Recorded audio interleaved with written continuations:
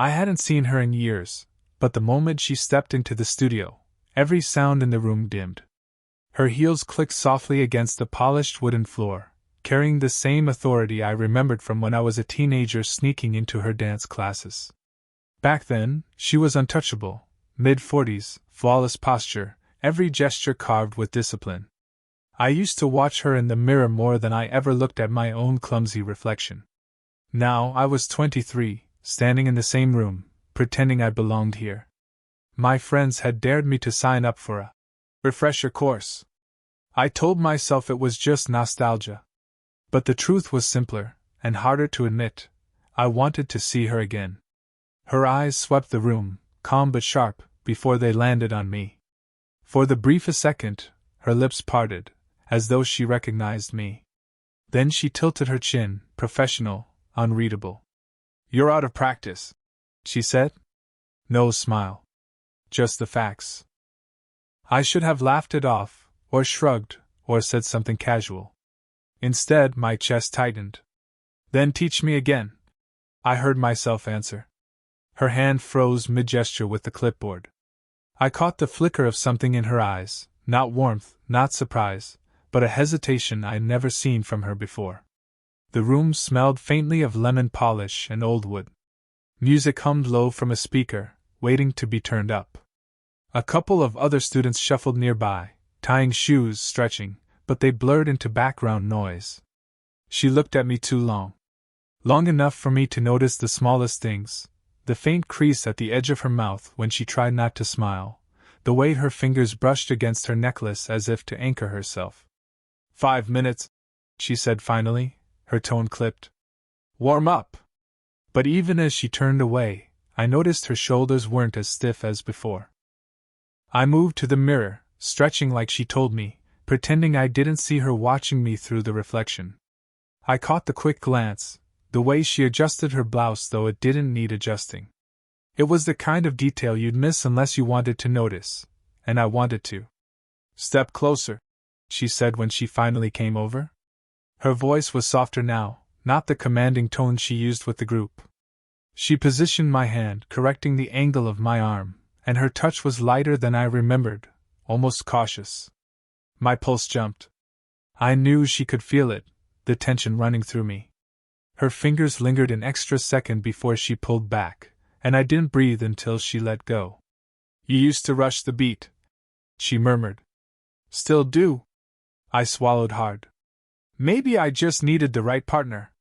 Her eyes darted to mine, sharp, warning, but something soft in there too, something dangerous.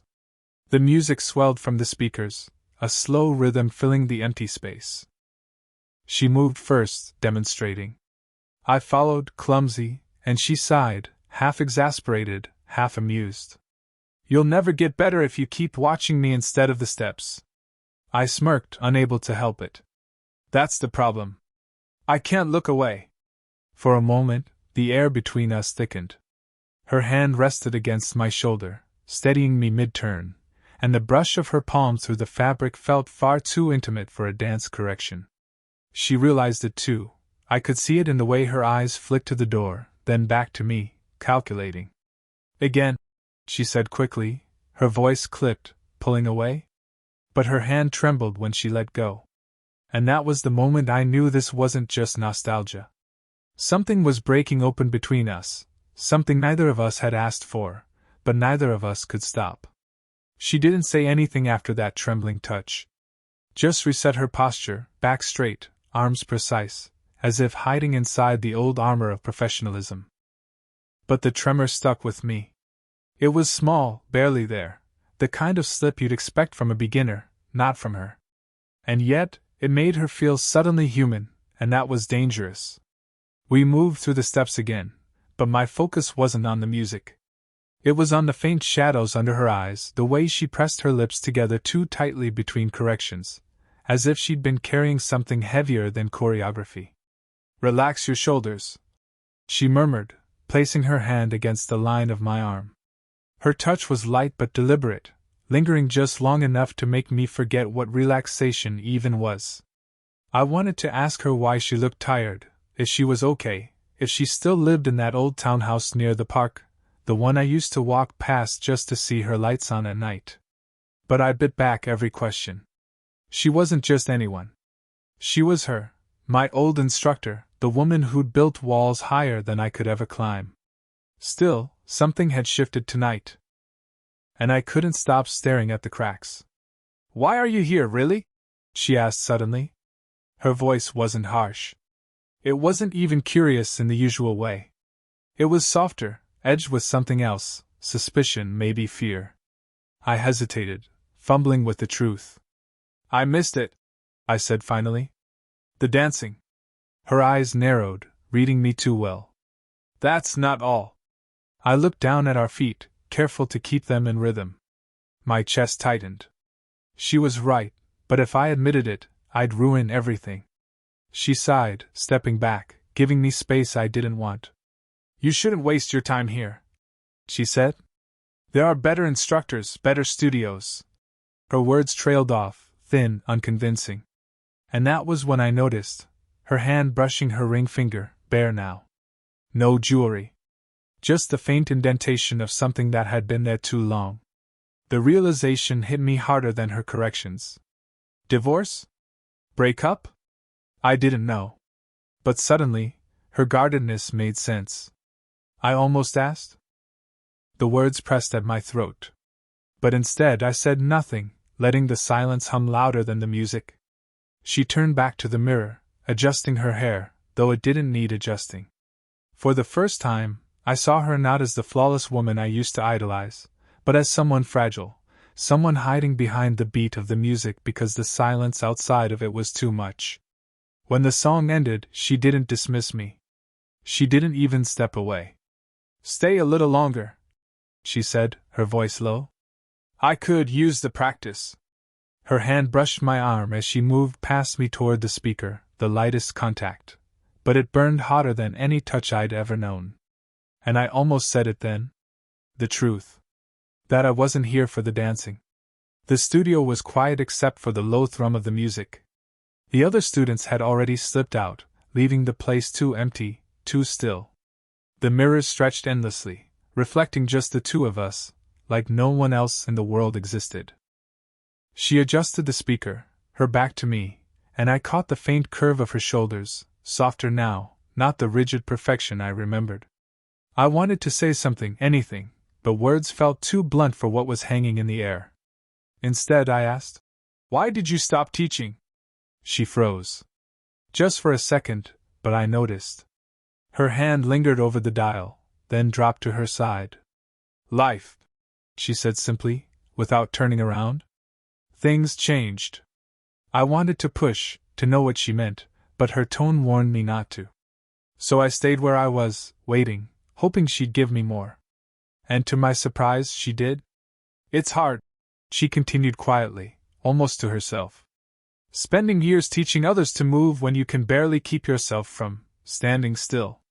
When she finally faced me, her eyes were glossy, but her smile was tight, practiced. I hated how much I noticed, the way her nails dug lightly into her own palm, the way her jaw clenched like she was swallowing words she'd never say aloud. I took a step closer. Too close. Close enough to smell the faint trace of perfume, something floral and sharp, like it had been applied hours ago, but still clung stubbornly to her.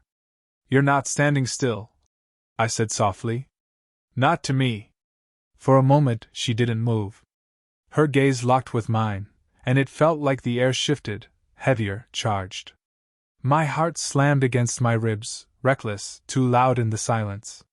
And then, her phone buzzed on the shelf. The sound cracked through everything. She startled, stepping back, fumbling for it. Her voice dropped when she answered, but the tremor was still there. "Yes, no, I'm still at the studio. I'll be late." I looked away, giving her privacy, but every word seemed to wrap tighter around my chest. Who was on the other end? A friend? An ex? Someone who still had a claim on her time, her life? When she hung up, the silence roared back, bigger than before. She set the phone down too quickly, her hand brushing her forehead. "Sorry," she murmured. "You should go. It's late." But her voice lacked conviction, and I couldn't move. I don't mind staying, I said. My throat was dry, but the words came out steady. Her eyes flicked to me again, wide, searching, like she was daring me to mean it. Slowly, she lifted her hand, not a command, not an instruction, just the briefest graze against my wrist. It was enough to unravel everything I'd been holding back. I almost said it then, the thing I shouldn't. That I'd been waiting for this, waiting for her. But before I could speak, she whispered, barely audible, "Don't look at me like that." And yet she didn't let go of my wrist. Her fingers were still around my wrist, warm, trembling. She hadn't let go, and I hadn't pulled away. I tried to steady my breathing, but the weight of the moment pressed down harder than any step, any turn. "You think you know what you're doing," she said softly, her eyes on mine. "But you don't." I swallowed. "Then tell me." Her jaw tightened, as though she was about to shut it down again, but something cracked in her expression, exhaustion, vulnerability, something raw that she couldn't hide anymore. "I shouldn't even be here with you like this," she admitted. Her voice was low, hoarse. "You're too young." She cut herself off, biting down on the words, shaking her head like she regretted even saying that much. I leaned closer without meaning to. "Do you think I haven't thought about that? About how wrong this should be?" My voice trembled despite me trying to keep it steady. "But I'm here anyway. With you."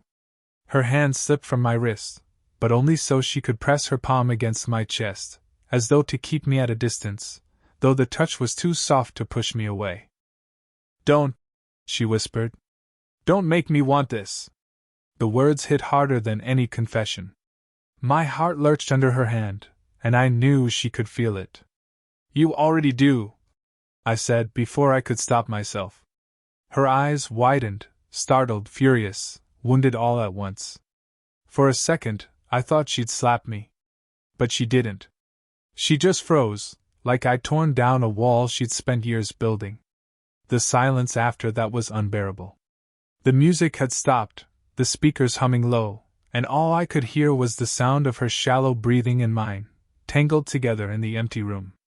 I stepped back, trying to give her space, but she followed, closing the gap again without realizing it.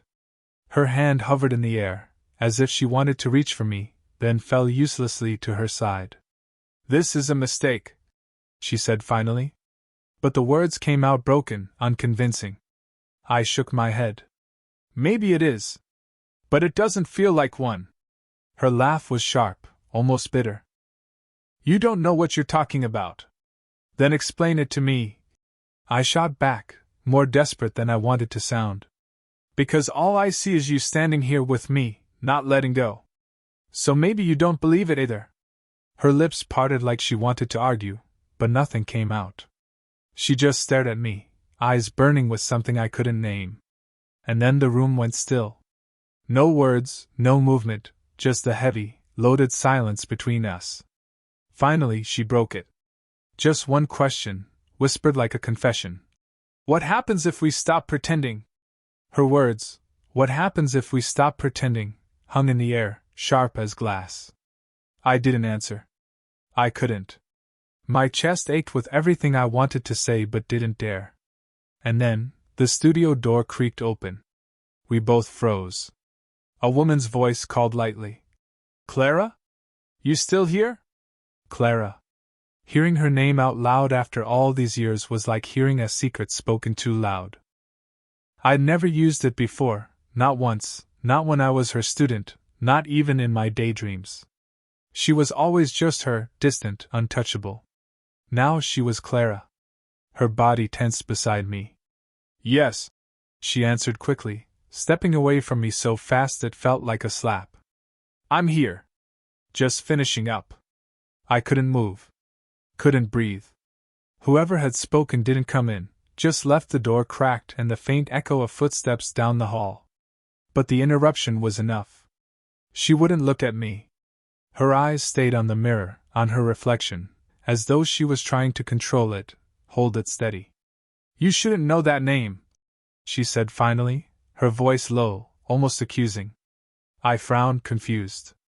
Why not? It's your name. Her laugh was brittle, humorless. Not to you. Not when you were, 17? 18? You called me Miss Hall then. Respectful. Distant. That was the line. The realization hit me like a punch. She remembered me, not just as another student lost in the years, but me specifically. All this time, I thought she'd forgotten that I'd been invisible. You remembered? I said, my voice unsteady. Of course I remembered, she snapped, turning to face me. Her eyes were fierce, glistening, and I could see the storm she'd been holding back. Do you think I could forget the boy who never looked at his own steps? Who only ever watched me? My breath caught. The truth was out now, brutal and undeniable. Her anger softened almost instantly, like she'd said too much. She shook her head, pressing her fingers to her temple. I shouldn't have said that. But I couldn't stop. Then you knew. All this time. You knew I cut myself off before the word love slipped out. Too raw. Too dangerous. Her silence was answer enough. She turned away, her hands gripping the bar for balance, like the ground was tilting beneath her. I stepped closer, my voice low. If you remembered, then why are we still pretending this doesn't matter? She finally met my eyes in the mirror. No more walls, no more practiced composure. Just Clara. And what I saw there wasn't denial. It was fear. But also something else, buried deeper, the same thing that had kept me coming back here after all these years. You shouldn't stay, she whispered. But her voice cracked on the last word, betraying her. And for the first time, I wasn't sure if she wanted me to leave, or if she was begging me not to. She still had her hands on the bar, knuckles pale from gripping it too tightly, like she was holding herself upright with the last of her strength. I stayed behind her, close enough to feel the tension radiating off her, but not close enough to touch. Not yet. You remembered me, I said quietly. And you've been pretending you didn't. Why? Her shoulders rose and fell with a shaky breath. Because it was easier. Because you were just a boy then. Because I told myself I imagined it. She turned halfway, her voice dropping. But now you're standing here, looking at me like that, and I don't know how to ignore it anymore. My chest tightened. There it was. The thing I'd been chasing all night without knowing if it was real. I never stopped. I admitted, the words rushing out before fear could stop them. Not once. Even after you stopped teaching. Even when I knew it didn't make sense. You were still there. Her lips parted, her eyes glistening as though she wanted to deny it, but she didn't. She just whispered, You don't know what you're asking for. I do. My voice cracked. I'm asking for you. Silence swallowed the studio. The mirrors reflected us back, her trembling, me standing raw and exposed. She let go of the bar slowly, like she was letting go of something bigger. You're too young, she said again, but softer now, almost pleading. Then tell me to leave. I stepped closer, my heart hammering. Tell me this doesn't matter, and I'll walk out. Her eyes locked on mine. Seconds stretched. Her lips trembled, but no words came. Instead, she raised her hand, hesitant, unsure, until her fingers brushed against my jaw. The touch was feather-light, but it undid me completely. You make me feel. She stopped, searching for the word. Reckless. I closed my eyes, leaning into her touch. So do the same to me. The space between us dissolved. She didn't kiss me. I didn't kiss her. But we stood there, breathing the same fragile air, her hand on my face, mine hovering at her waist but not daring to close the gap. It wasn't perfect. It wasn't polished. It was raw, messy, dangerous, everything it was supposed to be. Finally, she pulled back just enough to look at me, her voice breaking. If we do this, there's no going back. I held her gaze. Good. I don't want to go back. Her laugh was shaky, wet with unshed tears. She shook her head, like she couldn't believe any of it, but she didn't step away. Instead, she whispered the words that made everything real. Then stay. And for the first time, she wasn't my instructor. She was just Clara. The words stay echoed louder than the music ever had. And I did. I stayed. Not just in the studio that night, but in the space she had finally allowed me into, the space between her walls, her fears, her carefully built life. We didn't rush toward each other, didn't collide in some dramatic embrace. Instead, we stood still, breathing in the silence we'd both been avoiding for years.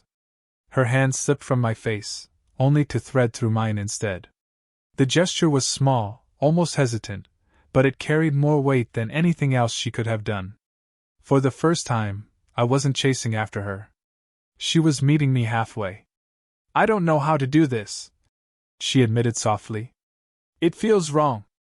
It feels real," I finished for her. "It feels real."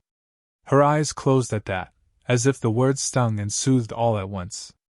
And when she opened them again, I saw something I'd never seen from her before: surrender.